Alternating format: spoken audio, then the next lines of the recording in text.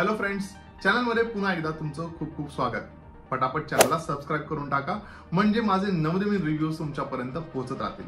So मराठीमध्ये एक अतिशय इंटरेस्टिंग फिल्मचा ट्रेलर रिलीज झालाय. फिल्मचं नाव आहे गोंधळ आणि त्याबद्दलच या व्हिडिओमध्ये बोलणार आहे. चला पटापट सुरू करूया.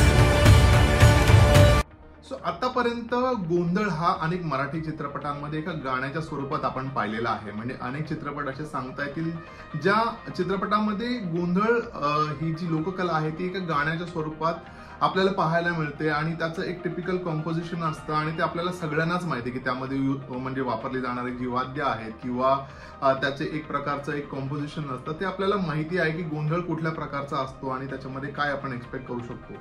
पण गोंधळ ही एक थीम घेऊन किंवा गोंधळ याच्या अवतीभोवती एक अख्खी फिल्म व्हावी हे थोडंसं सरप्राइझिंग वाटलं जेव्हा या फिल्मचा टीजर रिलीज झाला होता. आणि इन अ वे मी जसं म्हटलं ना की खूप मातीतली स्टोरी वाटते आणि त्यामुळे खूप रिलेटेबल देखील वाटते आणि पटकन आता म्हणजे कांताराचं सगळीकडे खूळ चालूच आहे किंवा कांताराचा इम्पॅक्ट सगळीकडे सुरूच आहे आणि त्यात मराठीतनं अशी एक अनाउन्समेंट व्हावी म्हणजे यासारखी गोष्ट नाही, कारण पटकन आपण रिलेटही करू शकतो. आणि अशा ज्या स्टोरीज आहेत ज्या अतिशय मातीशी निगडीत आहेत किंवा आपल्याला खूप त्याच्या मागचा जो रेफरन्स आहे ते दिलं जातं किंवा ते समजावलं जातं अशा फिल्म्स मधनं. सो मला वाटतं अतिशय वेगळ्या धाटणीची ही फिल्म असणार आहे. कदाचित ही गेम चेंजर फिल्म देखील ठरू शकते आणि यानंतर एक वेगळं डायमेन्शन एक वेगळं म्हणजे एक वेगळा दरवाजा ओपन होऊ शकतो आणि वेगवेगळे जे आर्ट फॉर्म आहेत मराठीतले त्याला धरून काही फिल्म्स येऊ शकतात. आणि जसं आपण नुकतीच दशावतार पाहिली जी अजूनही थिएटरमध्ये जम धरून आहे आणि याच्यापेक्षा छान गोष्ट काय असू शकते. मला वाटतं गोंधळ ही फिल्म देखील तशीच असायला हवी आणि एकंदर पाहिल्यानंतर फील तरी तसाच येतोय. सर जरा आपल्या गावचं तरुण तडफदार नेतृत्व आणि उद्याचं होणारं पाटील. ट्रेलर पाहिल्यानंतर एक गोष्ट पटकन आपल्या लक्षात येते की या फिल्मची जे व्हिज्युअलायझेशन आहे किंवा जी सिनेमॅटोग्राफी आहे ती यार उत्तम दर्जाची असणार आहे. ऍट द सेम टाइम फिल्मचा जो कलर टोन आहे तो एक जमेची बाजू असणार आहे.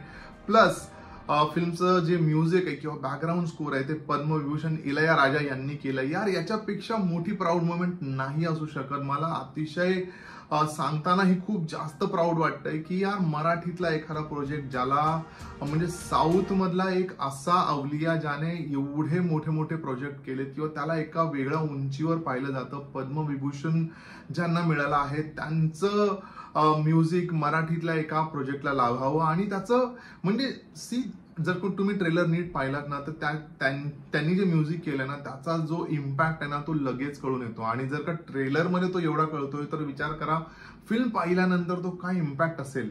वेल असं ओव्हरऑल ट्रेलर पाहताना असं वाटतं ती एका रात्रीची स्टोरी असणार आहे. जी गोंधळाची जी रात्र आहे ना त्या रात्री काहीतरी घडणार आहे. थोडी मिस्टिरियस देखील वाटते. थोडंसं ऍक्शन सिक्वेन्सेस दिसत आहेत आपल्याला त्यामध्ये. ऍट द सेम टाइम गावामध्ये असणारं जे पॉलिटिक्स आहे ते दिसतंय. तो एकंदर हे सगळं दिसणार आहे. पण मला असं वाटतं की नाव जर का गोंधळ असेल ना तर त्याला धरून खूप जास्त एक्सप्लेनेशन किंवा त्याबद्दल जास्त भाष्य केलेलं असावं असं माझं पर्सनल एक्सपेक्टेशन असणार आहे.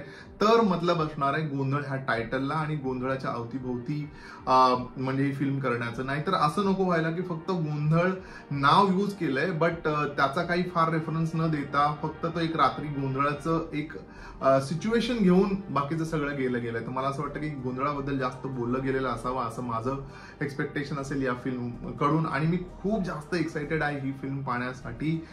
तुम्ही ट्रेलर पाहिलाय का मला सांगा कॉमेंट करून आणि नसेल पाहिला तर न चुकता पटापट जाऊन या फिल्मचा ट्रेलर पहा. कसा वाटला मला कॉमेंट करून सांगा. चॅनलला सबस्क्राईब करा. आपण भेटणार आहोत पुढच्या रिव्ह्यू मध्ये. तोपर्यंत स्टे ट्यून.